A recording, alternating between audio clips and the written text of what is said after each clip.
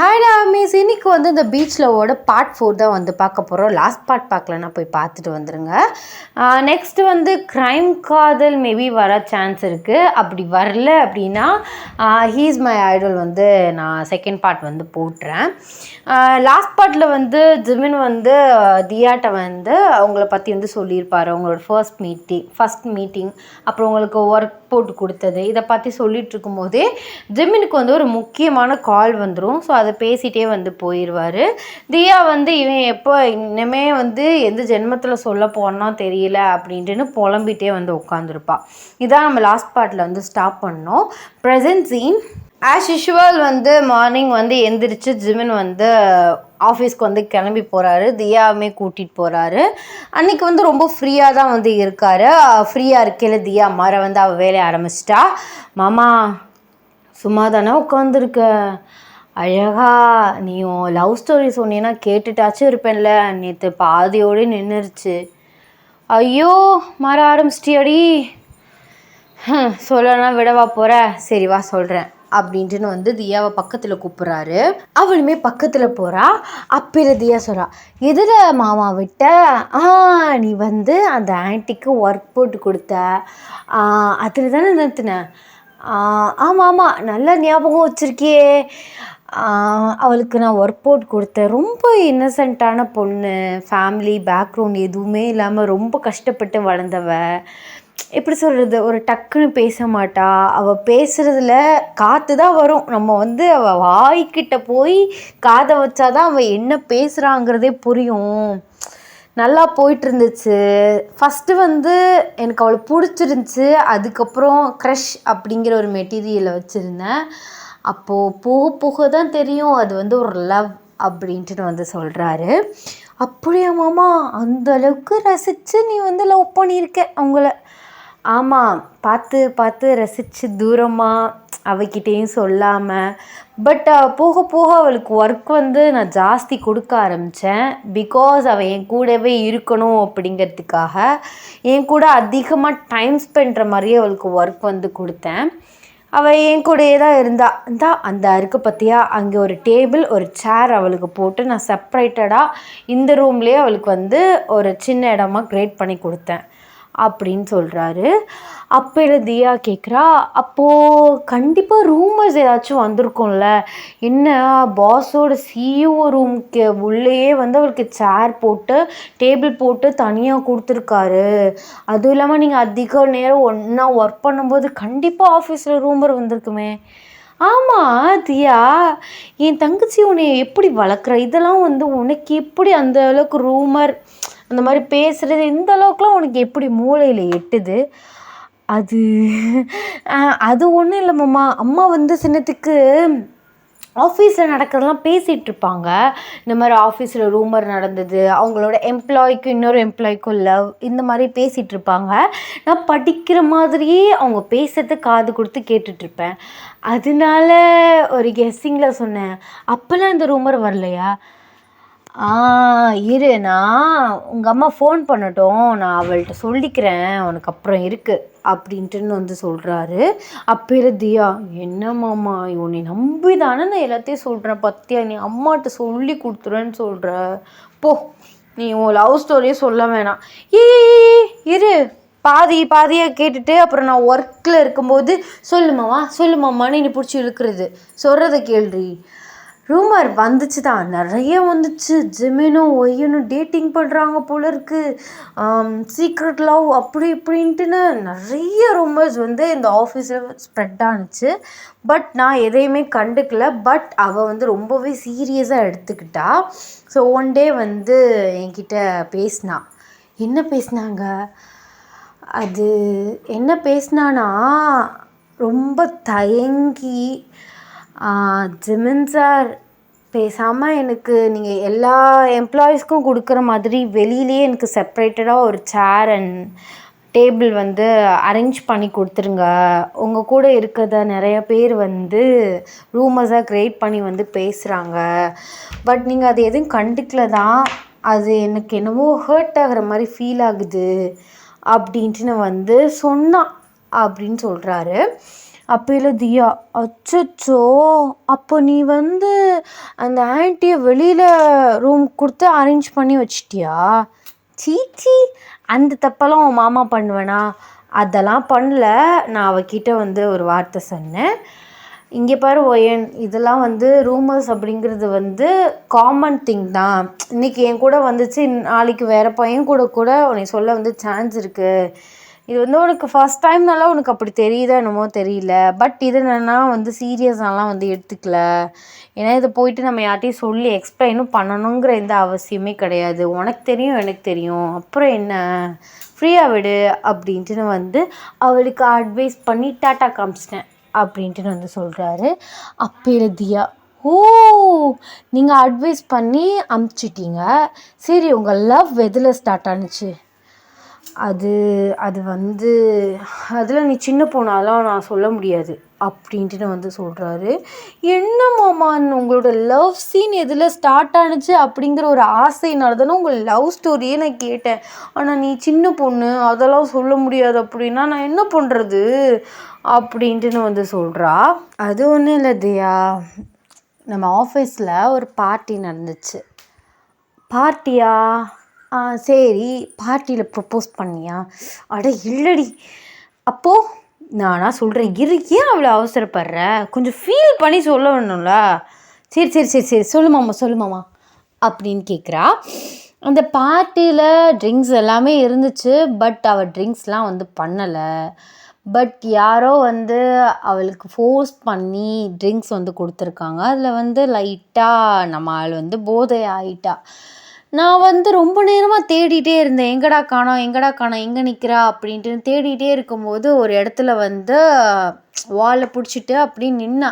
So நகர கூட முடியாமல் அவளுக்கு அவ்வளோ கேரிங்காக இருந்திருக்கும் போல இருக்கு. நிற்கும்போது நான் பக்கத்தில் போய் கேட்டேன், என்னாச்சு ஏன் ஒரு மாதிரி நிற்கிற அப்படின்னு. அவள் சடனாக வந்து திரும்பும்போது அவளோட ஃபேஸை வச்சு நான் கண்டுபிடிச்சிட்டேன் அவள் ட்ரிங்க்ஸ் பண்ணியிருக்கா அப்படின்ட்டுன்னு. அதே இடத்துல அவளை அப்படியே விட்டுட்டு போகிறது நல்லது கிடையாதுல்ல. ஆமாம், நல்லது கிடையாது. நீ என்ன பண்ண அப்படின்ட்டு வந்து கேட்குறா. ஐயோ சின்ன பொண்ணு நீ, அதையெல்லாம் நான் சொல்ல முடியுமா? பரவாயில்ல சொல்லு, நானும் ஒன்றும் நினச்சிக்க மாட்டேன், சொல்லு அப்படின்னு கேட்குறா. ஜிமினுக்கு என்ன பண்ணுறதுனே வந்து தெரியல. ஏன்னா எப்படி வந்து தியா வந்து சமாளிக்க முடியாது, சொல்லி தான் ஆகணும்னு சொல்லிட்டு அவளை அப்படியே நான் வந்து காருக்கு வந்து கூட்டிகிட்டு போயிட்டு, ஃபஸ்ட்டு நான் நினச்சேன் அவளை ட்ராப் பண்ணிடலாம், ஆர்பனில் போயிட்டு ட்ராப் பண்ணிடலான்ட்டுன்னு. அப்புறம் நான் யோசித்தேன், அவளை அங்கே போய் விட்டும்போது யாராச்சும் தப்பாக நினச்சிக்கிட்டாங்கன்னா அவளுக்கு பிரச்சனை அப்படின்னு சொல்லிட்டு நம்ம வீட்டுக்கு கூட்டிகிட்டு வந்தேன். அப்பையில் உன் தாத்தா வந்து பிஸ்னஸ் ட்ரிப் போயிருந்தார். இப்போ தானே அவருக்கு முடியலை, அப்பையில் நல்லா தான் வந்து இருந்தார். வீட்டில் யாருமே வந்து கிடையாது. அவளை தூக்கிட்டு போய் அப்படியே வந்து என் பெட்டில் வந்து படுக்க வச்சேன். அவள் புலம்பிகிட்டே இருந்தா ஒரு மாதிரியாக. என்ன சரி சரக்கு அடிச்சிருக்கா, சரி நம்மளை பற்றி ஏதாச்சும் சொல்கிறாளான்னு பார்ப்போன்னு சொல்லிவிட்டு அவள் பக்கத்துலேயே வந்து உட்காந்துருந்தேன். அப்போ தானே தெரிஞ்சு மேடமுக்கு என் மேலே ஃபீலிங்ஸ் இருக்குது அப்படின்னு ஜிமின் சொல்கிறாரு. என்னமாம்மா உன்னை பற்றி ரசித்து சொன்னாங்களா? ரசித்தா, அதுக்கு மேலேயே சொன்னான். என்னை ஃபர்ஸ்ட் டைம் மீட் பண்ணது, அவளுக்கு எப்படி ஃபீல் ஆனது, அவள் என் மேலே வச்சுருக்க நம்பிக்கை, மரியாதை, லவ் எல்லாத்த பற்றியும் சொன்னான் அப்படின்ட்டு வந்து சொல்கிறாரு. ஸோ நம்ம வந்து அந்த சீனுக்கே வந்து போயிடலாம். அந்த சீனில் வந்து நீங்கள் வந்து சரியான போதை, கொஞ்சம் நல்லா வந்து ஃபர்ஸ்ட் டைம் குடிச்சிருக்கனால உங்களுக்கு வந்து லிமிட் எவ்வளோ அப்படிங்கிறது வந்து தெரியல. நீங்கள் ஒரு சிச்சுவேஷனில் வந்து குடிச்சிருவீங்க தெரியாமல், அது சரக்கு அப்படின்னு தெரியாமல். உங்கள் கூட வேலை பார்க்குறவங்களாம் ஃபோர்ஸ் பண்ணி குடிக்க வச்சனால குடிச்சிருவீங்க. நீங்கள் போதையில் வந்து படுத்திருக்கும் போது பக்கத்தில் வந்து ஜிமின் வந்து உட்காந்துருக்காரு. நீங்கள் வந்து போதையிலே வந்து ஜிமினை பற்றி வந்து உளர ஆரம்பிக்கிறீங்க. ஹே ஜிமினா, உன்னை எப்போ ஃபஸ்ட் டைம் பார்த்தனோ, ஃபஸ்ட் டைம் உன்னை பார்க்கும்போது எனக்கு ரொம்ப பயமாக இருந்துச்சு. ஐயோ நைட் டைம், புது முகம், நீ வந்து ஃபஸ்ட் டைம் என்கிட்ட பேசும்போது நான் ரொம்ப பயந்தேன். பட் போக போக வந்து எனக்கு உன்னை ரொம்ப ரொம்ப பிடிச்சிருச்சு. என்னடா ஒரு மனுஷன் இந்த அளவுக்கு நல்லவனாக இருக்கானே, ஒரு கேரிங்கான பர்சன். இது வரைக்கும் என் லைஃப்பில் யாரும் என்னை இந்த அளவுக்கு கேர் பண்ணதே இல்லை. பட் அவன் பண்ணான். அந்த கேரிங், அந்த பாசம், என்னை பார்த்துக்கிறது. செத்த நேரம் ஆஃபீஸில் நான் என்னை காணோனாலும் எங்கே ஒயின்னு தேடுறது. அந்த ரூமர் எனக்கு கஷ்டமாக தான் இருந்துச்சு. ஏன்னா அவருக்கு நம்ம மேலே ஃபீலிங்ஸ் கிடையாது. பட் ரூமர் இந்த மாதிரி வந்து பேசுகிறாங்க. அவர் காதில் பட்டாதை எந்த அளவுக்கு அவர் ஃபீல் பண்ணுவாருன்னு நான் அதை நினச்சி தான் கஷ்டப்பட்டேன். பட் அந்த ரூமர் பேசும்போது எனக்கு அவ்வளோ சந்தோஷமாக இருந்துச்சு. என்னால் தான் வெளியில் சொல்ல முடியல, இப்படி ரூமர் பேசியாச்சும் நான் கேட்டுக்கிறேனே அப்படிங்கிற மாதிரி இருந்துச்சு தெரியுமா. ஆனால் எனக்கு அவளை லவ் பண்ணுறேனா இல்லையாங்கிறது டவுட்டாகவே இருக்குது அப்படின்ட்டுன்னு வந்து உளறிக்கிட்டு இருக்கீங்க. ஜிமின் நீங்கள் பேசுறதெல்லாம் கேட்டு வந்து சிரிச்சுட்டே இருக்கார். அப்பாடா, அவளுக்குமே நம்ம மேலே ஓரளவு ஃபீலிங்ஸ் இருக்குது அப்படின்ட்டுன்னு நீங்கள் பேசுகிறத வச்சு அவருக்கு சந்தோஷமாக இருக்குது. நான் இப்போ ஜிமின்கிட்ட ஒன்று சொல்லணும் அப்படின்ட்டு நீங்கள் சொல்லும்போது அவர் ரொம்ப எக்ஸைட்டடாக அவங்க முன்னாடி வந்து இப்படி பார்க்குறாரு. நீங்கள் படுத்து தான் வந்திருக்கீங்க. ஐ லவ்னு இது சொல்லிட்டு இழுக்கும் போதே நீங்கள் அப்படியே வந்து அன்கான்ஷியஸ் ஆகிடுங்க. அவர் போச்சு அந்த வார்த்தை, அந்த 3 வார்த்தையை அவள் வாயாலேருந்து கேட்டலான்னு பார்த்தா இப்படி மட்டை ஆகிட்டாளே அப்படின்ட்டு நினச்சிட்டு அவர் வந்து தள்ளி வந்து போகிறாரு. பார்த்தா வந்து நீங்கள் அவர் ஷர்ட்டில் வந்து நல்லா வந்து பிடிச்சிருக்கீங்க உங்கள் கையை வச்சு. அவருக்கு என்ன பண்ணுறதுனே வந்து தெரியல. அவர் கையை வந்து எடுத்து விட பார்க்குறாரு. அப்படி எடுத்து விடும்போது நீங்கள் டக்குன்னு அவர் பிடிச்சி வந்து இழுக்கிறீங்க. அவர் வந்து கால் அவ்வளோவா பேலன்ஸாக வந்து வச்சில்ல. பேலன்ஸ் மிஸ் ஆகி அப்படியே உங்கள் மேலேயே வந்து விழுந்துடுறாரு. ஸோ உங்கள் மேலே வந்து விழுந்ததுக்கப்புறம் உங்கள் ஃபேஸை வந்து பார்க்குறாரு. அப்படியே நீங்கள் சின்ன பிள்ளைத்தனமாக வந்து படுத்து தூங்கிட்டு இருக்கீங்க. அவர் உங்களை பார்த்து அப்படியே ஸ்மைல் பண்ணிகிட்டே உங்கள் கூடவே வந்து பெட்டில் வந்து படுத்துடுறாரு. நெக்ஸ்ட் டே மார்னிங் நீங்கள் தான் வந்து ஃபஸ்ட்டு வந்து எந்திருக்கிறீங்க. பக்கத்தில் ஜிம்முன பக்கம் உங்களுக்கு செம்ம ஷாக் ஆகுது. நீங்கள் டக்குன்னு வந்து கத்துடுறீங்க. அவருமே என்னாச்சு ஓயன் அப்படின்னு சொல்லிட்டு அவருமே ஷாக்கடாக வந்து எந்திரிக்கிறாரு. அது வந்து ஜிமன், நீங்கள் எப்படி என் பக்கத்தில், இது என்ன, இந்த வீடு என்ன புதுசாக இருக்குது, இது யார் வீடு அப்படின்ட்டுன்னு வந்து கேட்குறீங்க. அவர் ரிலாக்ஸ்டாக ப்ரீத் பண்ணிவிட்டு, ஐயோ பைத்தியம், நேற்று குடிச்சிட்டு மட்டையாயிட்டேன், உன்னை அப்படியே எப்படி விடுறது, ஆர்பனில் கொண்டு போய் விடலாமான்னு யோசித்தேன். அப்புறம் ஒரு பையனோட வந்து நான் வந்து விட்டு நீ வந்து போதையில் இருந்த, அப்போது யாராச்சும் நினச்சிக்குவாங்க அப்படின்னு சொல்லிட்டு தான் என் வீட்டுக்கு வந்து கூப்பிட்டு வந்தேன். நேற்று நீ போதையில் டக்குன்னு என் கையை பிடிச்சி வந்து இழுத்துட்டேன், நான் உன் மேலே விழுந்துட்டேன், அதோட எனக்கும் டயர்டாக இருந்துச்சா, நானும் அப்படியே தூங்கிட்டேன். என்னது, உங்களுக்கு கையை பிடிச்சி இழுத்தனா? போச்சு, சாரி ஜிமின், ஏதாச்சும் தப்பா? சீச்சி, அந்த அப்போ பற்றியா நீ அந்த மாதிரி நினச்சிக்கிட்டியா நீ? ஐயோ, நான் உங்களை சொல்லலை, நான் ஏதாச்சும் தப்பாக போதையில் எதுவும் பண்ணிட்டேனா? அப்படி பண்ணியிருந்தால் நல்லா இருந்திருக்குமே அப்படின்ட்டு மொனன்ட்டுன்னு வந்து வாய்க்குள்ளேயே வந்து சொல்கிறாரு. நீங்கள் என்ன சொன்னீங்க? அதெல்லாம் ஒன்றும் இல்லை, அதெல்லாம் ஒன்றும் நடக்கலை நீலாம் வந்து அதை நினச்சலாம் வந்து கவலைப்படாத. ஓகே, உனக்கு நேற்று ஃபஸ்ட் டைம் நீ குடிச்சிருக்க, யார் உன்னை குடிக்க வச்சா, நீயா குடிச்சியா? ஐயோ அது இல்லை, எம்ப்ளாயீஸ் தான் ஒரு 3 பேர் ஃபோர்ஸ் பண்ணி குடிக்க சொன்னாங்க, அதனால குடித்தேன். ஆனால் இப்படி ஆகும்னு நான் நினைக்கல. Sorry Jimin. சரி சாரி சொன்னதெல்லாம் போதும், போயிட்டு ஃப்ரெஷ்ஷப் ஆகிட்டு வா அப்படின்னு சொல்கிறாரு. நீங்கள் ஐயோ ட்ரெஸ்ஸு, ஓ மேடம்க்கு ட்ரெஸ் இல்லையோ, சரி நீ வெயிட் பண்ண, கீழே என் சிஸ்டரோட ரூம் இருக்கு, அந்த ஆலிஸ் இருக்காங்களே ஜிமினோட சிஸ்டர், அவங்க ரூம்லேருந்து போயிட்டு உங்களுக்கு வந்து ட்ரெஸ் வந்து எடுத்து வந்து கொடுக்குறாரு. நீங்களுமே ஆலிஸோட ட்ரெஸ்ஸை வாங்கிட்டு ஃப்ரெஷ்ஷப் ஆகிட்டு ட்ரெஸ் சேஞ்ச் பண்ணிவிட்டு கீழே வந்து போகிறீங்க. ஜிமின் வந்து எல்லார்ட்ட வேலைக்காரவங்கள்ட்ட சொல்லி அவங்களுக்கு வந்து பிரேக்ஃபாஸ்ட் வந்து செஞ்சு வந்து வைக்கிறாரு. நீங்களுமே வந்து சாப்பிட்றீங்க. சாப்பிட்டுட்டு உங்களோட மொபைலை வந்து தேடுறீங்க. பார்த்தா வந்து ஃபோனை வந்து காணோம். கடைசியில் ஜிமினோட ரூமுக்குள்ளேயே போயிட்டு பார்க்குறீங்க, ஃபோன் எங்கேயுமே காணோம். அப்போ தான் உங்களுக்கு ஞாபகம் வருது, காலையில் நீங்கள் வந்து ஃப்ரெஷ்ஷப் ஆகிறதுக்கு முன்னாடி யூஸ் பண்ணியிருப்பீங்க, பட் நீங்கள் மறந்துட்டீங்க.